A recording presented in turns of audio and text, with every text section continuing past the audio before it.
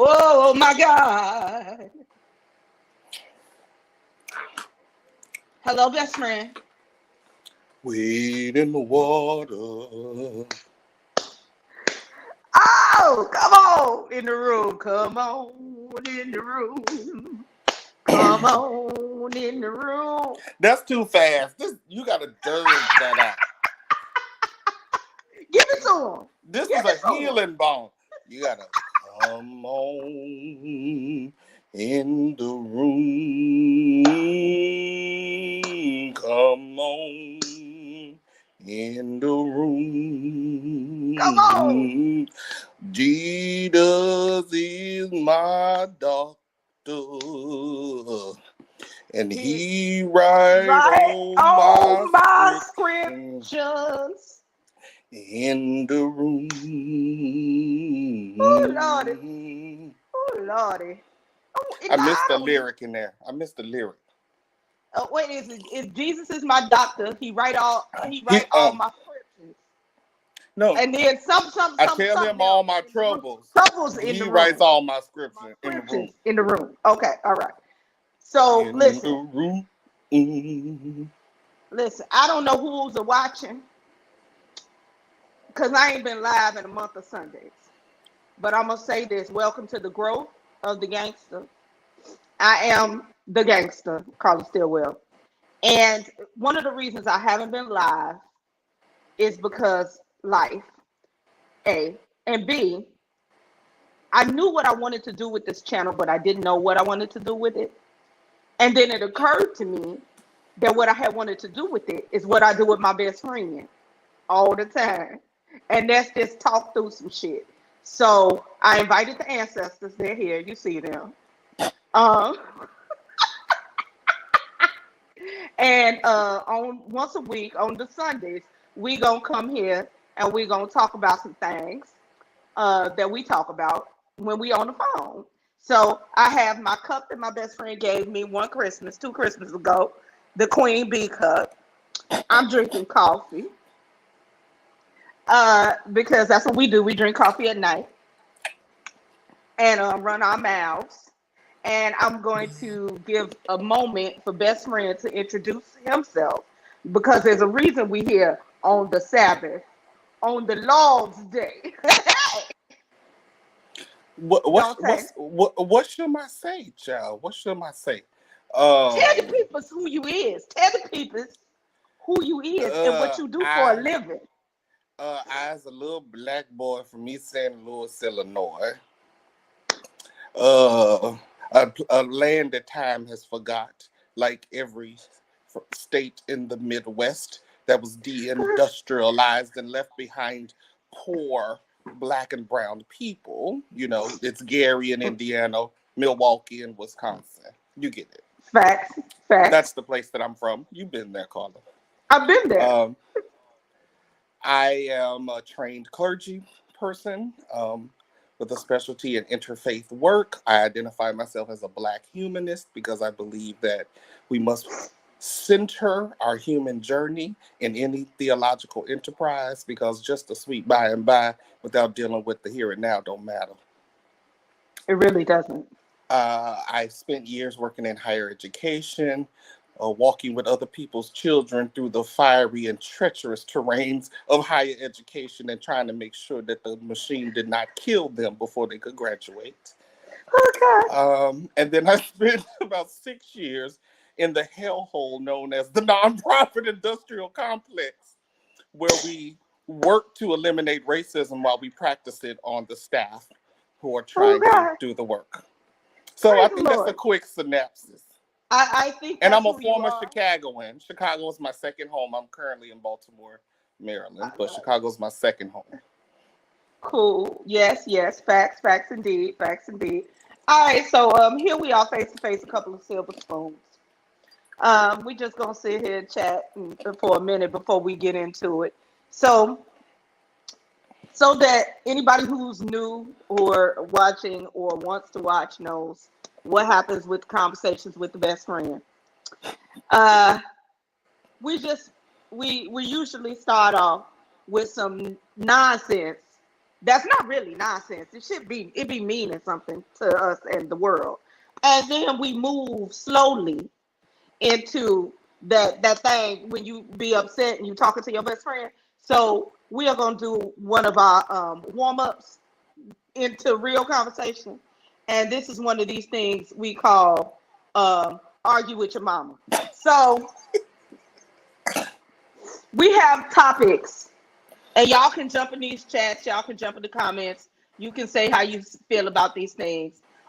We have topics that we agree. It's no conversation about at all. And if you want to talk about it, go argue with your mama. We said what we said. Now, today's go argue with your mama is vegan macaroni and cheese. Donte, please tell people your There thoughts. is no such thing as vegan macaroni and cheese. That shit ain't real. Go argue with your mama. Don't talk to me about no cashew butter.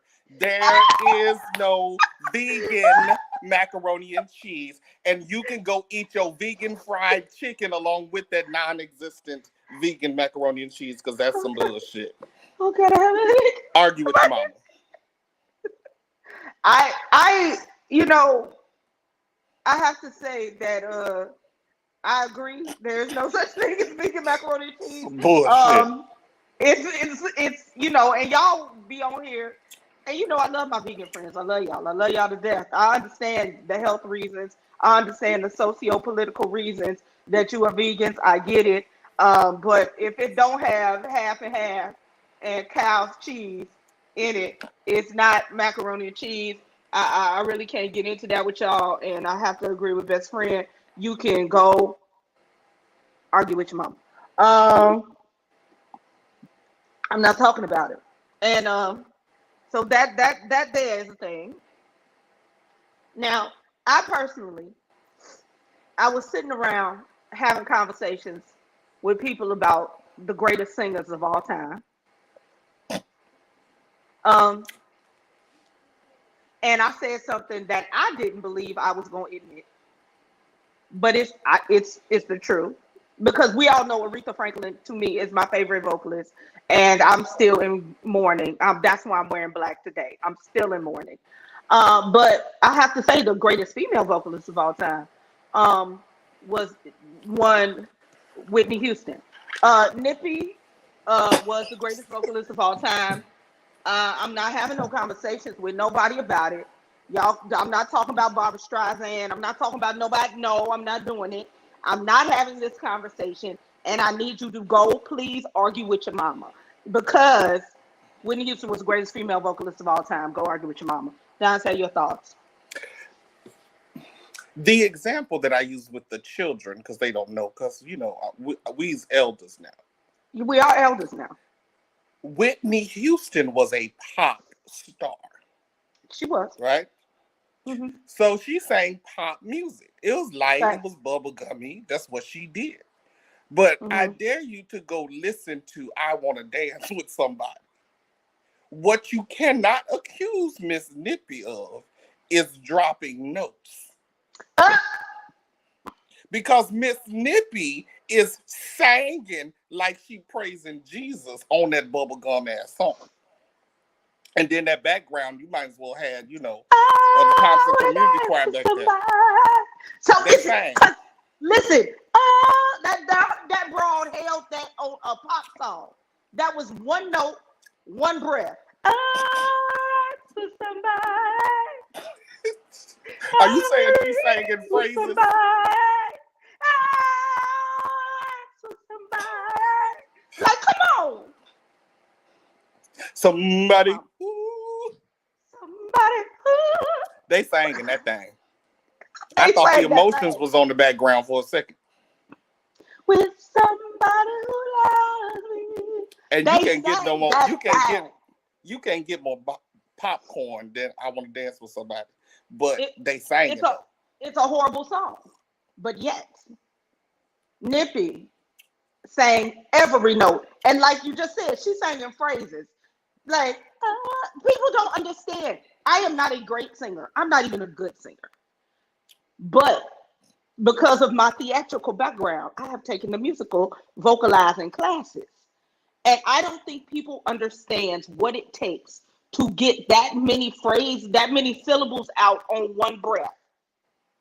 Like the skill that it takes to get those notes out. Go argue with your mama. I'm tired of talking about it. Well, I mean, y'all can go argue with your mama. If you don't believe us on that song, her version of the Star Spangled Banner is untouched. The only thing that gets close to eclipsing it is Marvin Gaye's version. And not because of Marvin Gaye's notes, though he had notes. What eclipses it is his gangster. He remixed and refined and He made us want to touch ourselves. You was like, ooh, Marvin, shit. what you saying? Oh, say, can you see? Like it was real nasty. Yeah, I was like, oh, I don't think I'm supposed to feel this way during the Star Spangled Banner. Listen, all right, we have had us some fun. I don't know who's in the room. I don't know what people watching. I don't know what's going on. We just talking. I don't care. Let's move on, shall we? To the topic. To the topic du jour. What's the topic du jour, girl? I put it up on the screen, bitch. Read the notes. Bitch, you know I'm doing this on my phone because my computer. Oh Lord, that's right. You can't see. She got the nasty woman disease. Oh, what does lonely do at Christmas?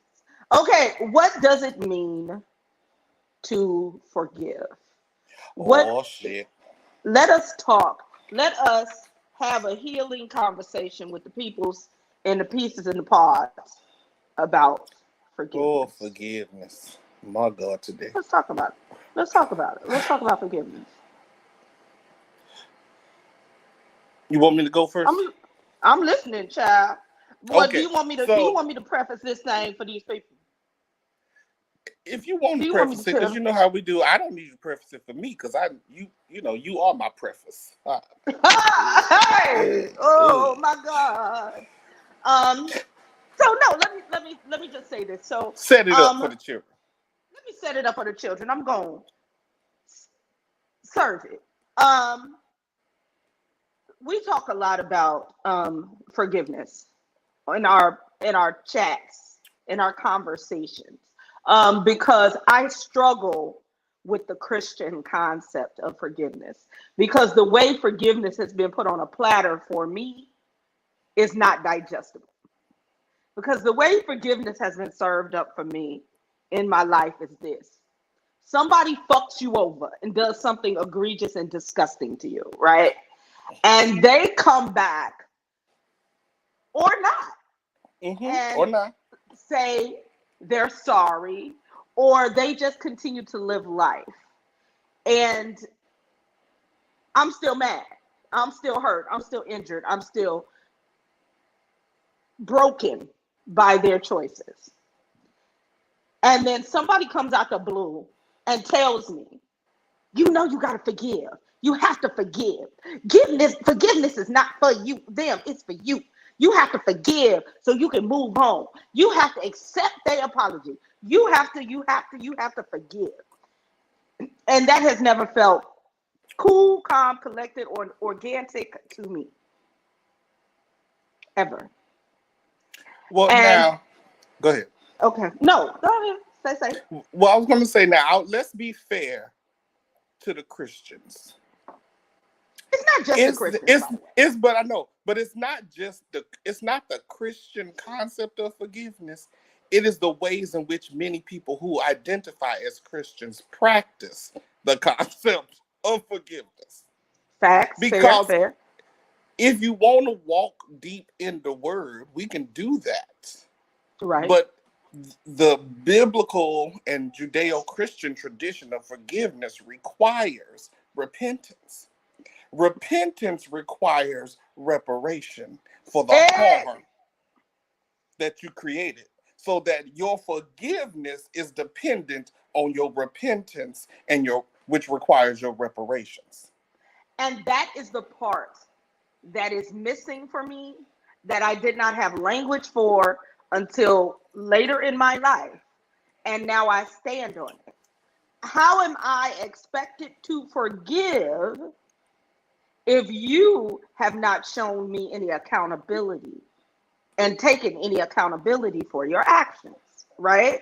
So Mm-hmm. this whole idea that I'm just supposed to forgive, you got to forgive, I can't do that. But here's what I can do for Come on with myself. it. Here's what I have learned to do for myself. I can let that shit go. Haha. Teach. I can let it go. This forgiveness is this thing that happens once there has been accountability, reparations. We have come full circle, Owning your part. and once your part has been owned, then we can get to this magical thing called forgiveness. But if that has not happened, as far as I can go with you is to heal myself. And my self healing, my self care is letting things go. So let's talk about what that means. For me to let something go, we started talking about what we would talk about tonight. And I had two scenarios where Dante brought up one, and the other one I thought of in my personal life. But we'll talk about this one.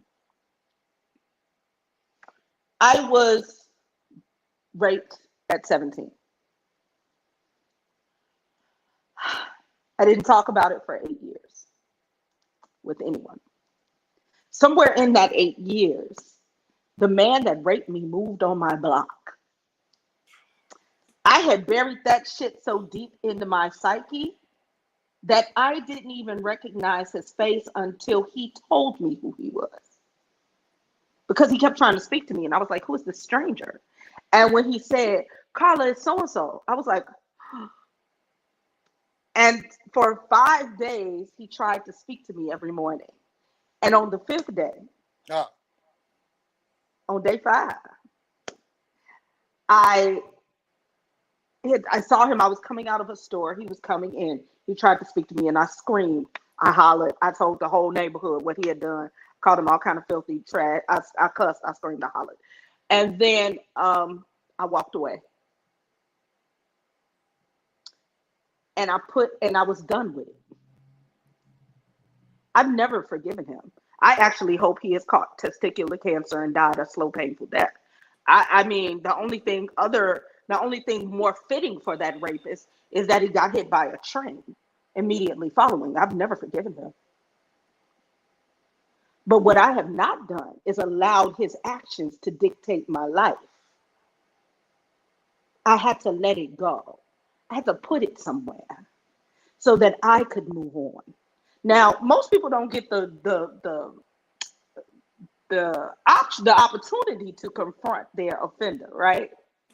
So I had a unique opportunity in that moment. But because the way God moves in my life, but inside of that unique opportunity, a lesson was given to me. I was young then. I didn't really understand the lesson until later, but I had to put it somewhere and let it go so I could live and it didn't define me. I'll tell your thoughts. No, I think that's I too have a practice of letting shit go that is different from forgiveness. Letting go is something that I do where I take control of a situation and I make a decision about where I'm going to spend my time and my energy. And my time and energy is always going to be on healing and sustaining myself. Um, my example is I'm an oldest child. I was born to two high school students who were in love, 15 and 16. And, you know, my childhood wasn't perfect. I mean, I know I don't think any of us did, but, we all have that shit that we hold on to.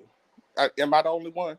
Any Hmm. witnesses in the house? Yeah. Oh, of ways, things that happened, how things were done, how we may have been treated sometimes, or we felt like our parents didn't show up for us in the ways we expected them to because they are our parents.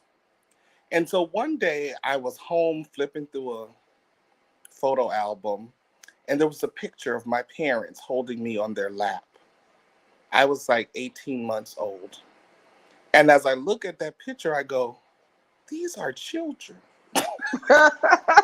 Everybody in this picture is a child. And in that moment, there was some shit I knew I had to let go. Because as we say, Carl, my parents were sitting around twirling their mustache, thinking of dastardly ways to destroy me. Oh, I'm gonna fuck this baby up. Ooh, Oh, I'm he gonna be gonna. so fucked up. I'm gonna be in the Guinness Book where no, this No. was not their goal. This was not their aim. They were children who had a child. Right. And some things just did not go the way I would have expected or wanted them to go because they were children. They were still growing and developing. And the truth is, me and my parents grew up together. Mm-hmm. And in some ways, I raised them as much as they raised me. But that picture, when I saw that picture and I looked at how young they were, I just knew, okay, you could be old and bitter, or you can just let some of this shit go. Because Right. for me, letting go is about shit that I did not have control over then nor now. It is what it is.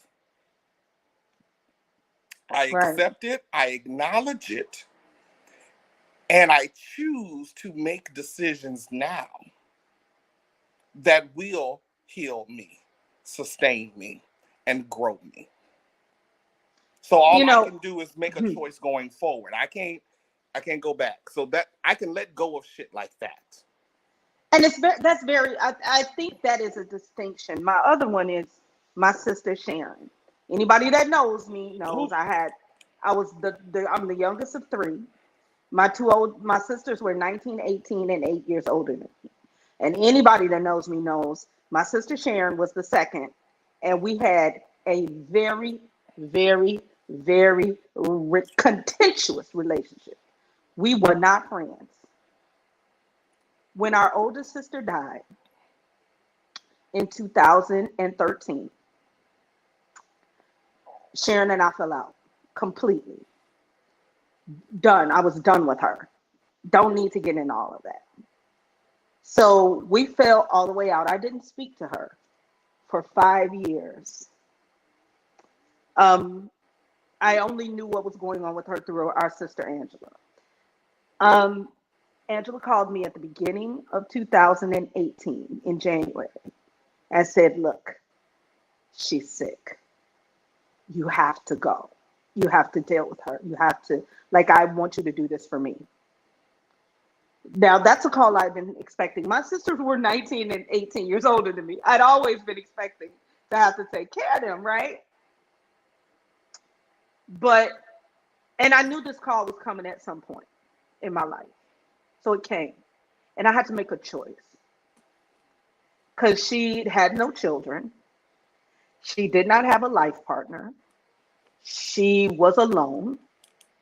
And because she was my mother's child, because we shared parentage, because my sister Angela really, really needed that for her peace, who I was in a good place with, I had to make a decision to put the shit that Sharon had done to me on pause. And one day we'll talk about it. One day I'll tell y'all all the shit my sister did to me personally. I had reasons, but I had to let it go because my own personal values would not allow me to let her be that type of sick alone. I would not have been able to live with myself if I let her. She was terminal. She subsequently died March 19th of 2018. I could not do that, let that happen. So I had to make a decision. I did not forgive her. I had to let it go because there's some shit that's bigger than you, right? There's things that are bigger than you. Now, what ended up happening was fucking fascinating. So about 3 weeks before she died, we were in her hospital room, and she did a full, as me and best friend call it, the I'm an N-word speech. She did a full I'm an N-word speech. She did an actual bona fide mea culpa. I'm trying not to cry because this is actually, honestly, the first real apology I've ever had in my life. People have apologized to me for a lot of stuff, but this is the first time somebody said, I did these things. I hurt you. I hurt others. And I'm sorry. And I knew it was genuine. And in that moment, I was able to forgive my sister before she passed. So I let the shit go, to Dante's point. What was done was done. So I had to let that piece go. But she set a path before her passing for true forgiveness to happen. And it's a difference. Now, I was in a racial justice training once. And I worked in higher education, so I worked with a lot of well-intentioned white women, particularly, right? Mm-hmm. And there were several in this particular training, and somehow we got on the conversation of forgiveness. And I turned to my good white colleague and I say, well, baby, what if there is no forgiveness for you and your kind? What if Black folks can't find a space of forgiveness for you, the crimes of your ancestors? And if, in case we're not clear, we're talking about the crimes of kidnapping, trafficking, and enslaving for hundreds of years. What if there is no space of forgiveness? Can you continue to work for racial justice knowing that there may not be any forgiveness for you? Of course I can. Of course I can. And I said, well, that ain't real because you said that too quick, sister. That Because was you a didn't even let question the to question ponder. hit. Exactly. That was a question to Exactly. ponder. Because the truth is, I don't think I have any forgiveness for what Europeans have done to the world, and particularly to African people. I don't think I have a space of forgiveness. What that now, let I don't want to talk about the queen of England. Let me sip this tea. Let us not talk about the queen of England and her recent passing, but but the monarchy, the British monarchy, has and that tragedy in their family. And let us preface this by saying nobody is saying that the family is not grieving the loss of their matriarch. And that's a real thing. They are actually human beings, contrary to popular belief. And that woman led their family for many years. I lost my mother at 26, which has given me time to be an adult without my mother. I can't imagine being 72 just now losing my mother. Mm.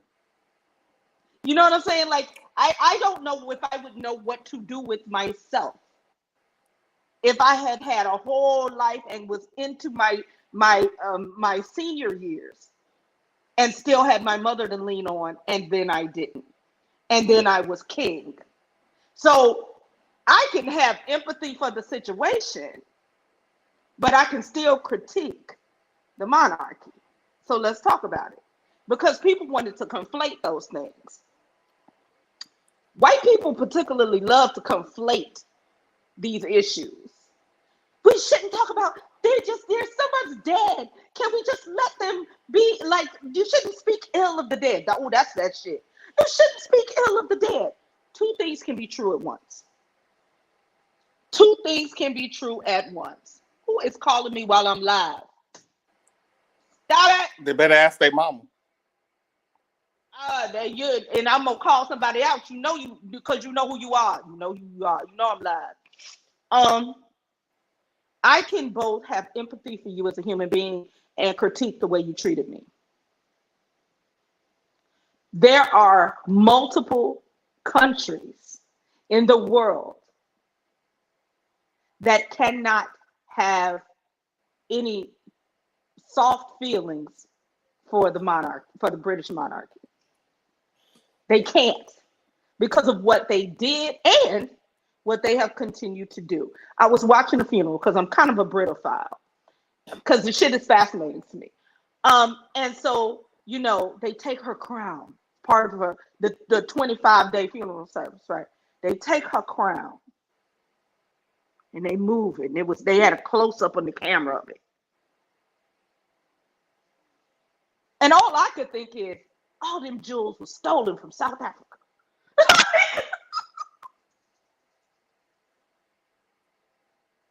How many people were murdered for those jewels? The Irish cannot grieve that woman. They can't find forgiveness and peace in their heart for her, for that family, because of what that family has done and has continued to do to them. The continent of India. The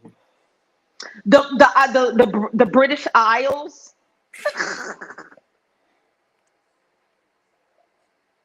All of these islands, like, two things can be true.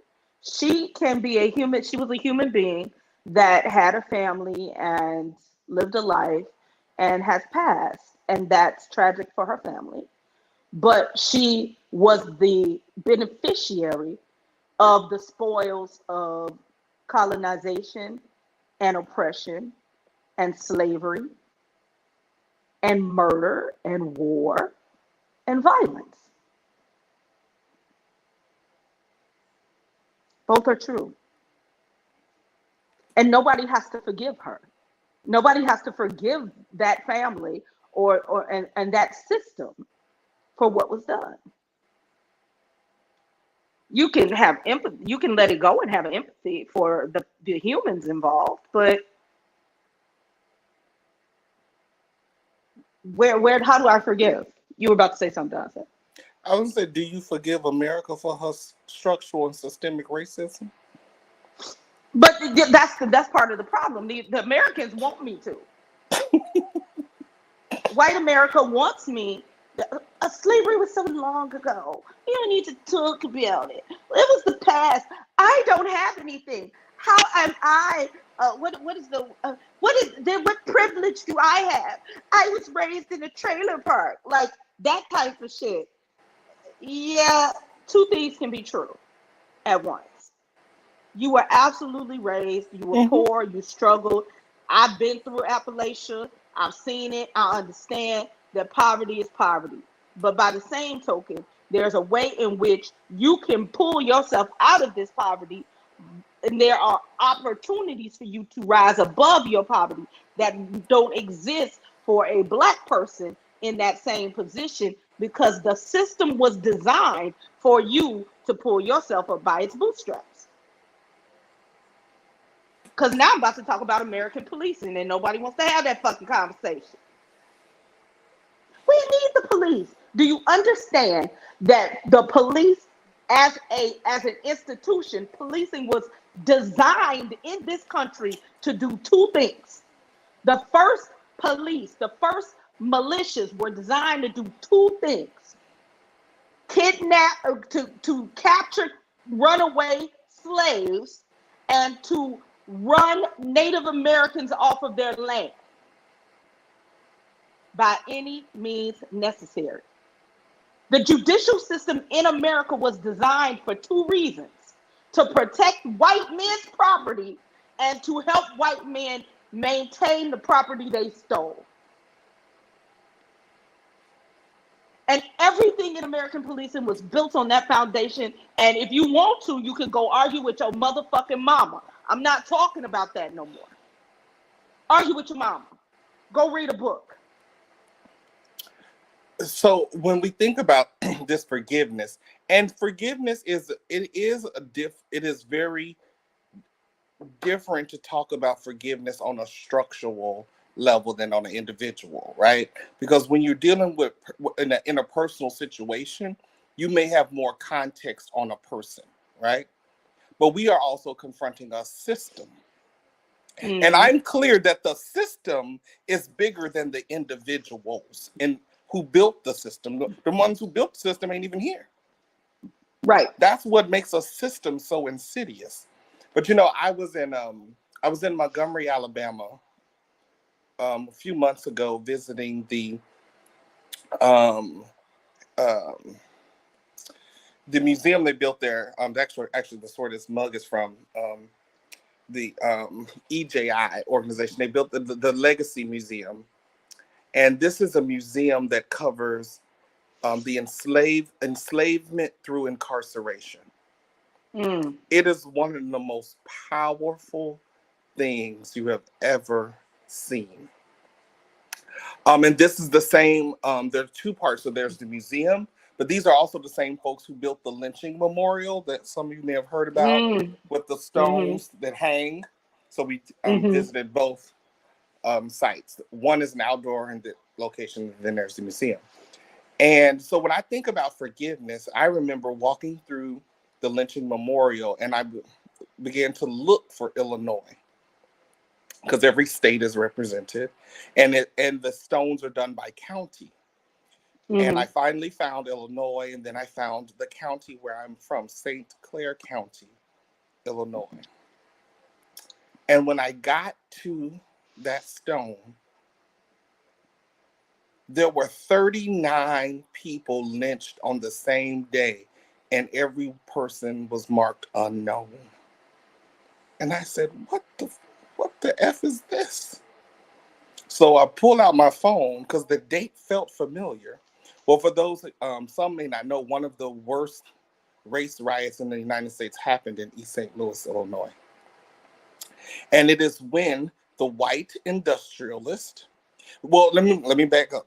The white workers at a plant were trying to unionize. So the white, and again, so we're talking about race and class here, right?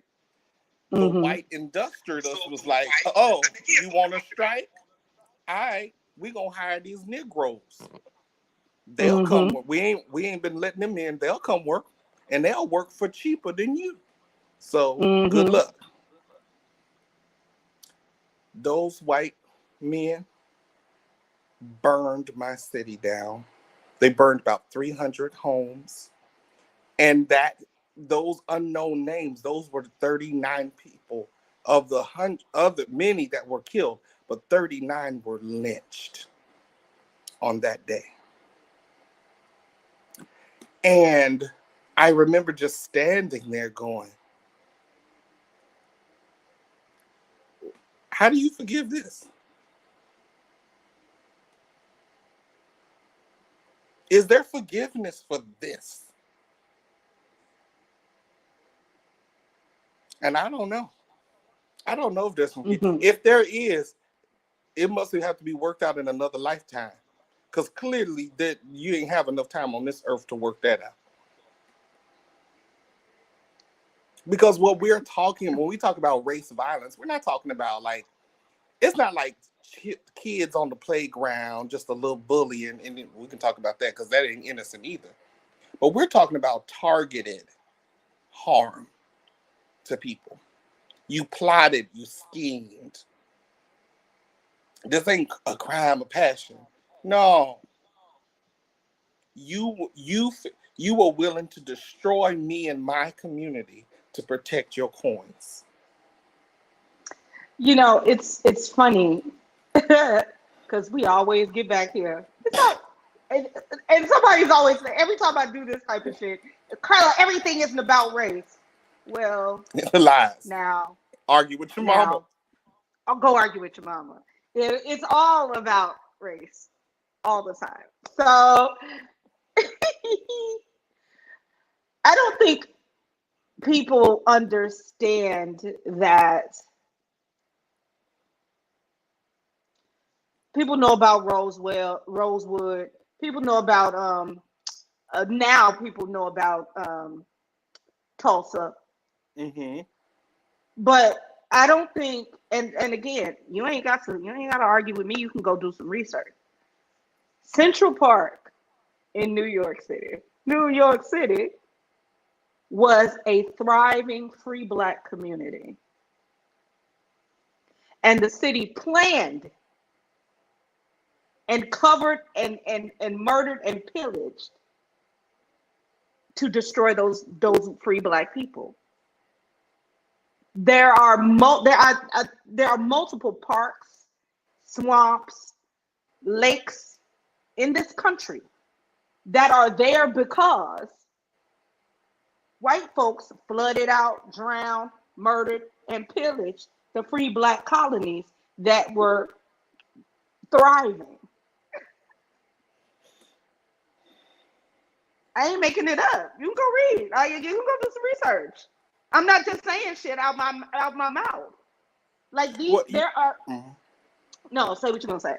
Now, I think about Tulsa and quote unquote Black Wall Street, and let me do a caveat. I am not convinced that capitalism is a system that will create the freedom of Black people. I'm nary convinced of that. But I accept that we live in a capitalist society. Right. But I do not think that capitalism and the free market economy can create the conditions for Black people's freedom. However, some people believe, because one of our struggles, Black people's struggle for survival, was to prove to white folk that we could live by their rules of civility and community. And what those people did in Tulsa was they became Black capitalists. Mm-hmm. They built a society, banks, hotels, restaurants. They did all the American dream shit. And they were good at it. The things that white folks said we weren't capable of being and doing.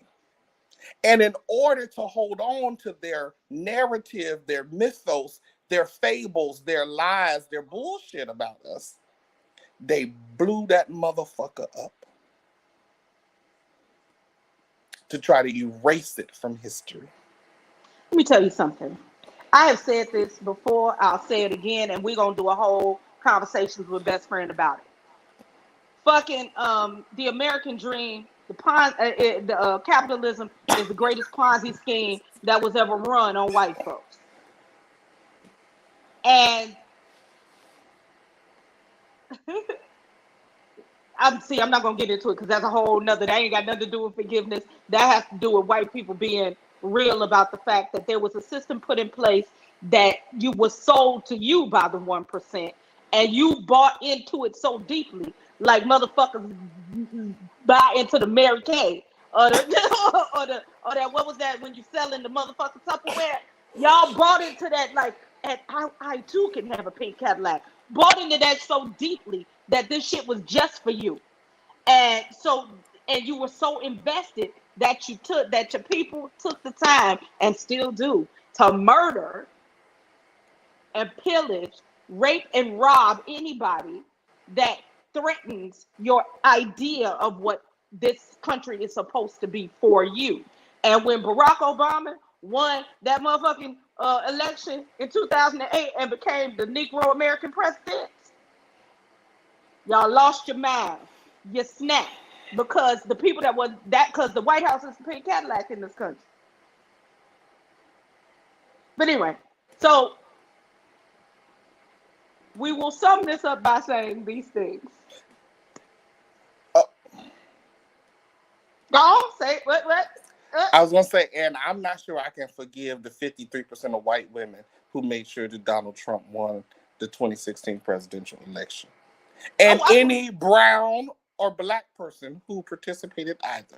I'm not sure there is forgiveness for you. I have, again, this is a whole nother problem. This is a whole nother conversation about me and the pink pussy hats. Anyway. But and so invested in that shit that 55% of y'all white women voted for him to be the president a second time. But asked for the grace of Gulf and the peoples of Georgia did this not happen? The peoples of Georgia and where Arizona, Georgia, where Well, else did definitely Joe G. like and the peoples of Georgia did this not happen a second time? I don't know if there's forgiveness for anybody who voted. See, whole nother. See, We'll go back to it. we'll run through all of our topics. We'll run through all of our topics. Um, yeah. So in conclusion, forgiveness is I personally believe forgiveness is earned, but It must be. acceptance, and the ability to move forward and the ability to let go is yours. That's And I for you. and I would add, and there are times when we need to forgive ourselves. And that means that you have to repair the harm to yourself that you have done to yourself. You must earn your own forgiveness. Uh, And oh today, my this message has God. been brought to you by the color orange and the number 10.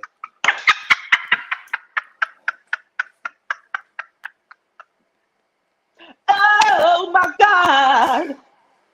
Doom, doom, doom, doom. Listen, as we conclude, we have a couple of other categories we need to hit. Um, need to leave the people with some other things.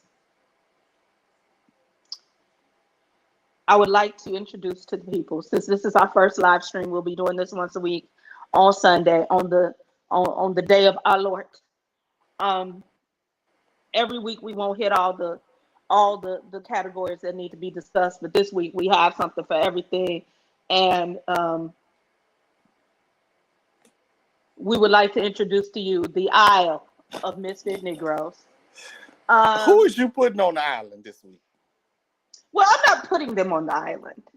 This week, one of the long-term residents of the island, um, it became very clear that this motherfucker will never leave. He was sent to solitary on the island of Misfit Negroes. That is Justice Clarence Thomas. Now, Oh Lord, why do you say, Carla? Why are you talking about somebody who's been he, on the island of Misfit Negroes for the last 40 years? I think he was a founder of the isle. He's one of the first Negroes got shipped. This is why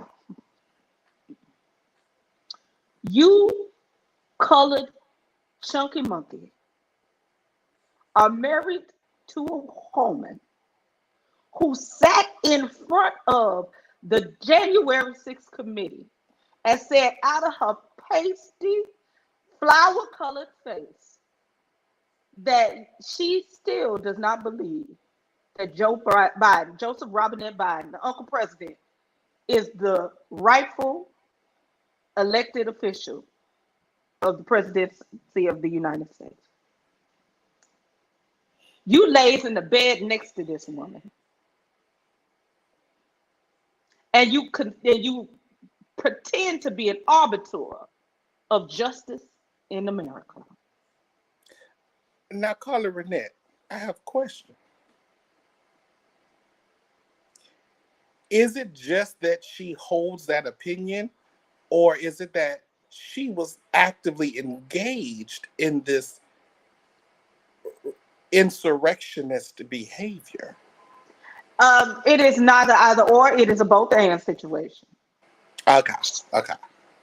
You are laid up, touching her flabby, don't colored breasticles at nighttime.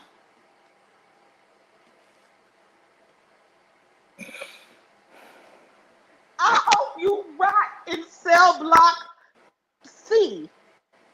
And C is for Cool. raccoon. We got to be careful of the algorithms. Raccoon.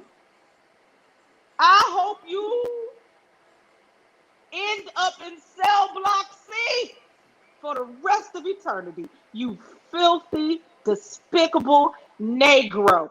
And I hope that the very vision of Ketanji Jackson sitting down on the end of the judicial pew irritates your scrotum every day.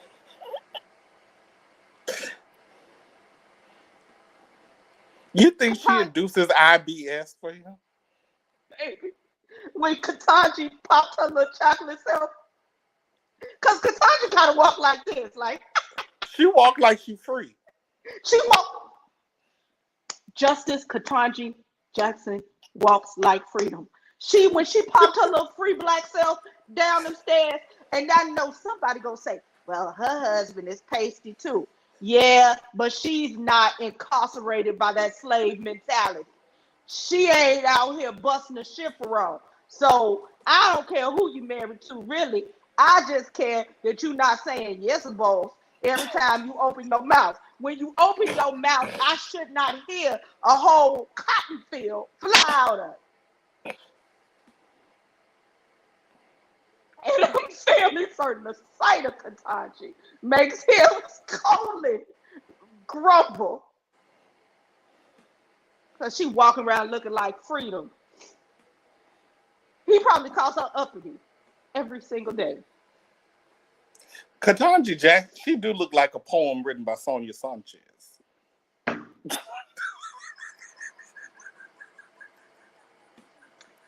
If Toni Morrison had lived long enough to write about the first black female justice, she would have described Ketanji in literature. And she walked with deep brown skin and hair knotted in the dreadlocks of her ancestors, like literally.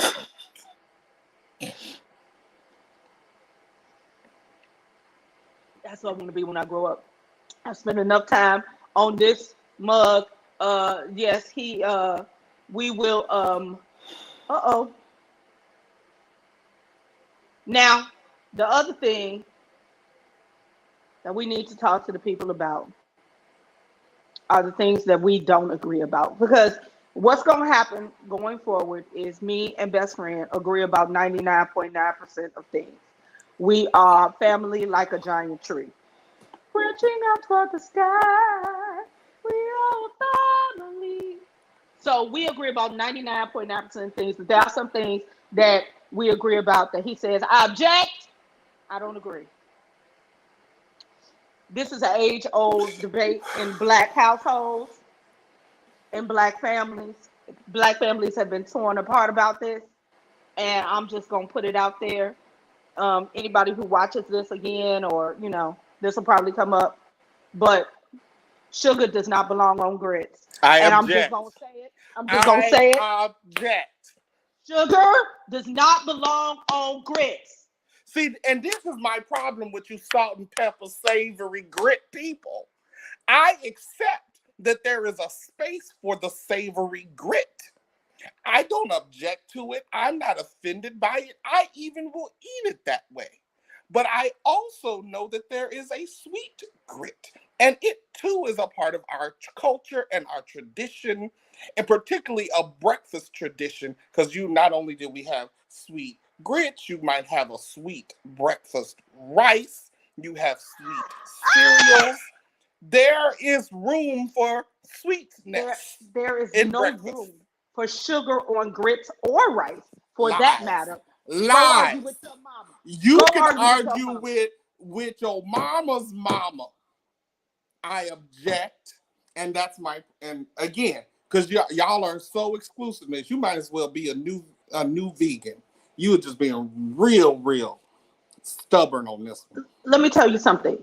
If you want something sweet in the morning, you have a cold cereal, you have oatmeal, you have cream of wheat. You don't need to defame and defile grits and rice with sugar. So that's why all I'm is saying. adding That's sugar all to I'm oatmeal saying. not defiling oatmeal?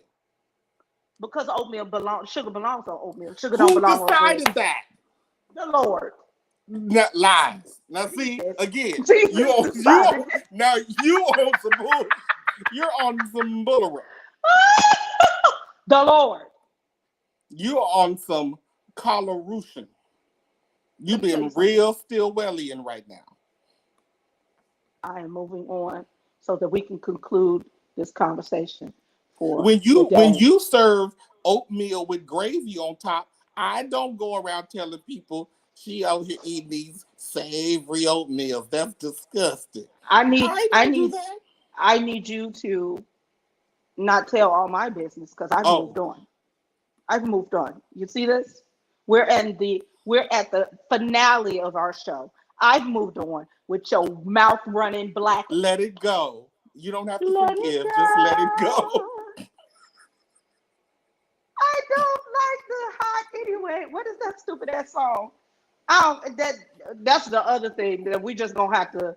I'm gonna have to just argue with your mama. Wicked and Frozen and all that shit is dumb. Go argue with your mama. All right.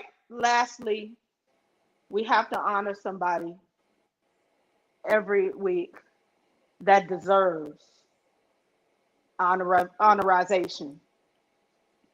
This week, the category is irritating white men, and the winner, in my humble opinion, is the great poet, philosopher, musician, Lizzo. Lizzo done upset the white. Now, what did our Botticelli-esque ebony sister Lizzo do this week to earn her tens, Colin? Well, somebody from the National Archives tweeted Lizzo and was like, "Girl, we heard you're gonna be in town.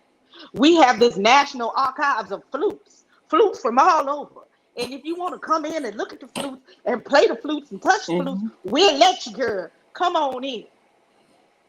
So Lizzo, being the musical nerd that she is, popped her little self, walking like freedom, because Lizzo This is somebody in else the who's state walking of New like York, right? well, no, she was in DC. So she popped herself Okay. into the National Archives, into the this archives of all these flutes. And so she's in there with her little nerd self. Tweet, tweet, tweet, tweet, tweet, tweet, tweet, tweet, playing flutes. And they were like, "We know you got a showgirl down the street today. If you want to borrow a flute to play, you can."